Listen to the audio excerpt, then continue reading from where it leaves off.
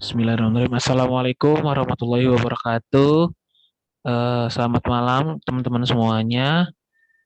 Perkenalkan, kami dari kelompok Konrad Suze akan kali ini akan membahas tugas besar sistem komunikasi optik.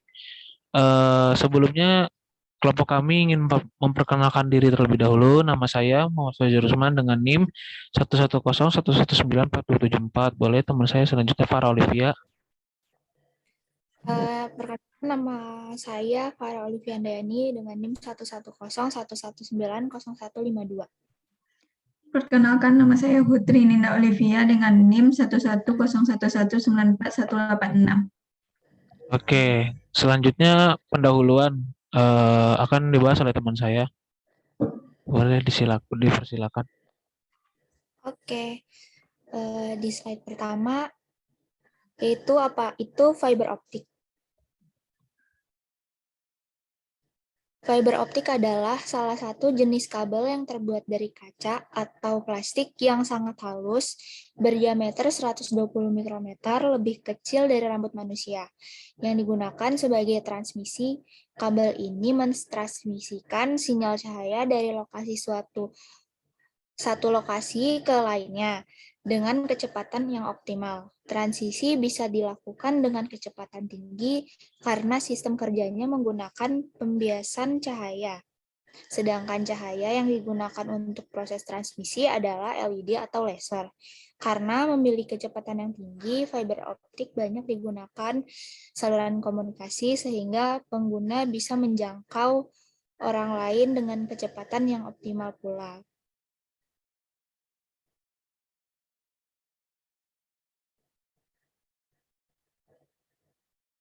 Next. Terus ada kelebihan dan kekurangan fiber optik. Kelebihannya yaitu yang pertama memiliki kecepatan transmisi data yang super cepat yang mencapai 1 GB per detik. Yang kedua bisa mentransmisikan data dalam radius yang jauh tanpa membutuhkan penguat sinyal. Yang ketiga tahan terhadap cuaca. Yang keempat, tahan terhadap karat karena terbuat dari kaca dan plastik. Tidak ada resiko konsleting listrik karena kabel tidak mengandung listrik. Yang keenam, berukuran kecil dan fleksibel. Kekurangan fiber optik yaitu yang pertama biaya instalasi dan maintenance mahal, yang kedua membutuhkan sumber cahaya yang kuat, yang ketiga kabel harus dipasang di jalur berkelok demi memaksimalkan kecepatan dan kelancaran penyebaran cahaya. Terus selanjutnya struktur kabel optik. Di sini ada beberapa bagian, yaitu ada 4. Yang pertama inti core, yang kedua cladding, yang ketiga coating, yang keempat strange member dan outer jacket.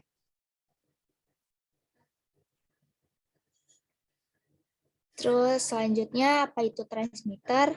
Transmitter adalah atau yang disebut juga optical transmitter merupakan sebuah perangkat yang berfungsi sebagai untuk mengonversi informasi yang akan ditumpangkan diubah menjadi sinyal elektrik, kemudian diubah kembali menjadi sinyal cahaya, kemudian ditransmisikan melalui media serat optik sehingga ke receiver.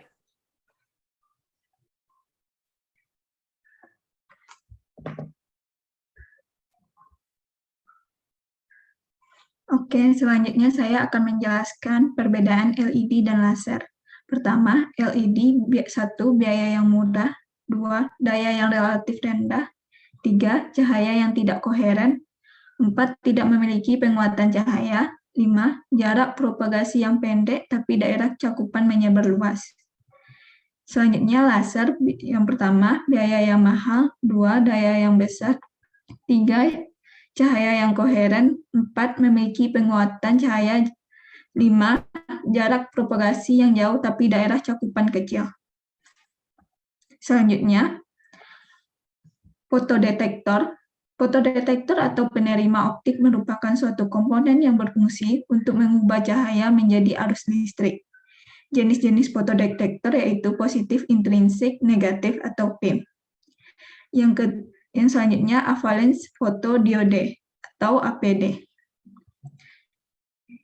Yang pertama di sini saya akan menjelaskan apa itu PIN. PIN adalah detektor ini memiliki kemampuan yang cukup untuk mengubah daya optis atau watt menjadi satuan arus listrik atau ampere. Mengubah energi optik atau foton yang diterima menjadi arus keluaran berdasarkan photovoltaic effect. Yang selanjutnya APD. APD itu sendiri adalah detektor ini melipat gandakan arus primer atau IP dari cahaya yang datang sebelum memasuki sirkuit penguat sehingga mampu meningkatkan sensitivitas penerima.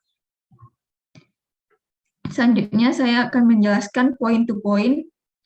Point to point adalah arsitektur dengan menggunakan dedicated fiber optik yang menghubungkan perangkat optical LAN terminal atau OLT yang berada di Central Office atau CO yang terkoneksi dengan optical network terminal atau ONT yang terdapat pada terminal pelanggan. Selanjutnya, saya akan menjelaskan kelebihan dan kekurangan jaringan point-to-point. Pertama, kelebihannya murah dan mudah, tidak banyak kabel, tidak memerlukan software administrasi khusus, tidak membutuhkan administrator jaringan. Kekurangannya sulit mencari kerusakan yang terjadi pada jaringan, tingkat keamanan yang rendah. Lalu selanjutnya di sini saya akan menjelaskan LPB dan RTB. LPB itu adalah link power budget. Link power budget itu pengertiannya yaitu estimasi kebutuhan daya yang diperhitungkan untuk memastikan level daya penerima lebih besar atau sama dengan level threshold atau daya minimum. Berikut ada rumusnya. Daya terima detektor itu ada PR. PR itu mencari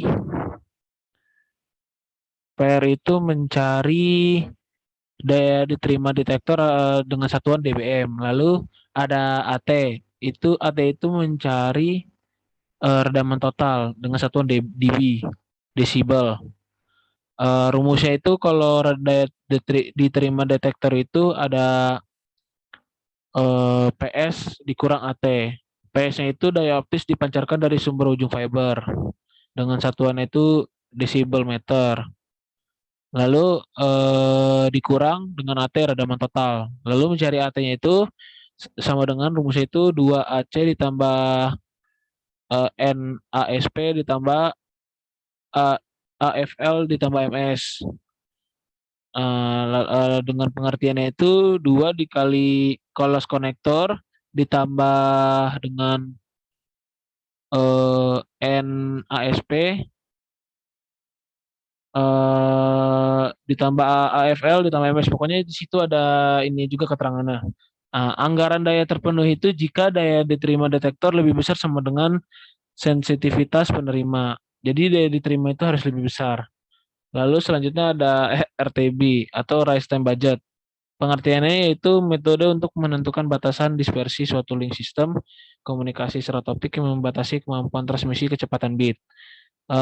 RTB itu sama dengan pelebaran pulsa karena dispersi.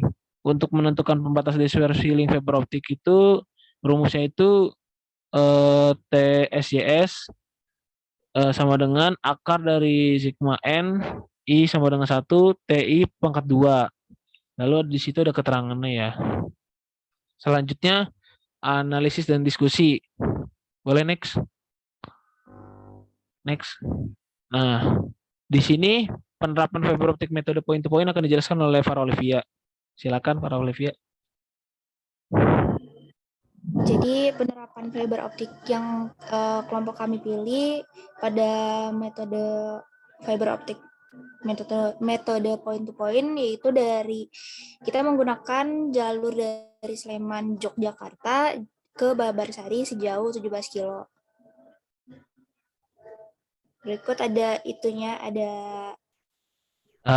itu ada aliran apa namanya? Arah dari titik satu dari titik dari Sleman ke Babasari. Itu jalurnya. Lalu next boleh. Nah, LPB ini tadi kan udah dibahas ya. Jadi pada kesempatan kali ini untuk mencari LPB-nya itu kita menggunakan apa namanya? Perhitungan rumus yang sudah ada, lalu kita implementasi di codingan Jupyter atau Jupyter Python. Jadi kita menggunakan codingan Python di aplikasi Jupyter. Nah, untuk mencari LPB-nya ada codingannya di sana dan juga rumusnya yang tadi sudah dijelaskan sebelumnya. Boleh next. Nah, ini hasil dari perhitungan LPB yang menggunakan Python. Ada keterangan di sana juga yang berwarna Tosca. Nah, lalu dari pengirim ke penerimanya ada ininya juga nilai-nilainya. Lalu ada ininya juga ya apa namanya jarak poin to poinnya sepanjang 17 km, HSPL-nya 2 kilo, dispersi materialnya 17 pangkat min 12, alpha F-nya 0,19 dan sebagainya ada di sana. Boleh next. Lalu selanjutnya RTB. RTB yang tadi sudah saya jelaskan juga, ada rumus-rumusnya juga di sini, sudah saya jelaskan. Tujuan metodenya ini untuk menganalisis apakah hasil perancangan memiliki kinerja yang baik dan mampu memenuhi kapasitas kanal yang diinginkan. Boleh selanjutnya. Nah, untuk syarat rise time budget tuh, yang pertama, umumnya degradation transition time link digital atau NRZ kurang lebih sama dengan 70% dari periode bit atau TB dan RZ kurang dari sama dengan 30% dari periode bit atau TB. Rumusnya itu TB sama dengan 1 per bandwidth.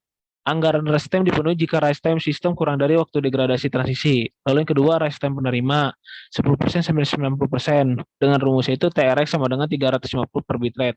Dengan TRX adalah TRX itu rest time receiver dalam NS dan BRX adalah bitrate dalam megahertz. Lalu selanjutnya untuk single mode untuk perhitungan itu TSYS tidak terdapat T-mode. Boleh next. Nah, ini codingannya kita menggunakan Python juga di aplikasi Jupyter untuk mencari RTB-nya. Lalu di sini ada rumusnya juga, langsung dimasukkan tadi iniannya, codingannya. Nah, di sini didapatkan nilai TSYS-nya itu 5,73167 sekian. Lalu itu TTX-nya itu 3,5 pangkat min 11. 3,5 kali 10 pangkat min 11. Lalu jika TB kali mod NRZ tadi itu lebih dari TSYS dan TB kali mod NRZ itu lebih dari TSYS, maka perintah itu RTB terpenuhi. Lalu ada kondisi lain jika TB mod NRZ itu lebih dari TCS, hanya itu yang didapatkan, maka RTB untuk NRZ-nya terpenuhi. Dan jika TB mod RZ itu lebih dari TCS, maka RZ-nya itu terpenuhi. Jadi RTB-nya yang hanya untuk NRZ dan RZ. Jika kondisinya itu yang TB mod NRZ saja dan juga TB mod RZ saja, maka salah satunya terpenuhi. Lalu jika tidak antara ketiganya itu tidak terpenuhi, maka di situ dengan format atau logikanya itu hitung ulang. Jadi tidak terdapat itu apa nilainya. Makanya disuruh ulang atau error. Boleh selanjutnya. Bill of quantity ini akan dijelaskan oleh teman saya. Boleh. Oke, bill of quantity itu jadi pengeluaran perencanaan dari pengeluaran proyek tersebut. Jadi yang pertama uraian barang atau aktivitasnya di sini ada pengadaan dan pemasangan kabel DAC, fiber single mod 48 core G65 2D. Itu harga materialnya 14.000 per M. Total material yang kita pakai 17.000 meter, yaitu seharga jadi totalnya itu 246.500.000. Yang kedua Cisco 10.1989 XFP 10 GLR OC 1925R 10 GB GBES LR OC 19.2 SR fiber optik SFP, yaitu harga materialnya 750.000 per pieces, yang kita pakai itu 3 pieces, yaitu jadi totalnya 2.250.000. Yang ketiga, media converter fiber optik HTB 3.110 per 100 1 pair. Jadi harga materialnya 75.000 per pieces, yang kita pakai 1 pieces, yaitu harga 75.000 totalnya. Yang keempat, fiber optic switch media converter 2 SC4RJ45, yang kita harga materialnya 219.000 per pieces, yang kita pakai adalah 1 pieces, jadi seharga 219.000. Yang kelima, fiber optic fast connector SC-UPC, yaitu seharga 33.000 per pieces, yang kita pakai adalah 3 pieces, jadi totalnya 99.000. Yang keenam, jasa pemasangan dan penyambungan kabel fiber optik, yaitu 4.000 per meter. Yang kita gunakan 50 meter, yaitu berarti totalnya 200.000. Dan total dari harga semuanya yaitu 248.343.000. Oh iya, sebelumnya aku ingin menambahkan yang di LPB tadi, aku agak kurang menjelaskan. Boleh balik sebelumnya. Nah, di LPB ini kan ada rumusnya ini mencari T dan sebagainya ya. Nah, ditemukan itu keradaman kabelnya itu dengan rumusnya itu sudah tertera di sana, N per C dikali alfa, per C ditambah NSP, alfa SP, L-nya itu panjang dari kabelnya 17 kilo, dan alfa F plus MS. Nah, radaman kabel itu kita ketemu 7,18 dB. Lalu Perex itu ketemunya 2,3624. Lalu ada logika ketentuannya, jika Perex lebih dari sensitivitas, maka LPB terpenuhi. Dan jika dia error atau tidak ketemu nilainya, atau salah mungkin dalam perhitungannya, maka di situ hitung ulang. Nah, di sini LPB kita terpenuhi dari nilai-nilai dan juga ketentuan yang sudah kita tentukan, yang sudah ada nilainya, yang sudah kita punya nilainya. Boleh mungkin langsung ke penutupan. Terima kasih untuk semuanya. Jika kita ada kesalahan, mohon dimaafkan. Jika ada kekurangan juga mohon terima kekurangannya. Kurang lebihnya mohon maaf. Wabillahi taufiq wal hidayah. Assalamualaikum warahmatullahi wabarakatuh. Terima kasih sudah mendengarkan dari penjelasan kami, kelompok kami.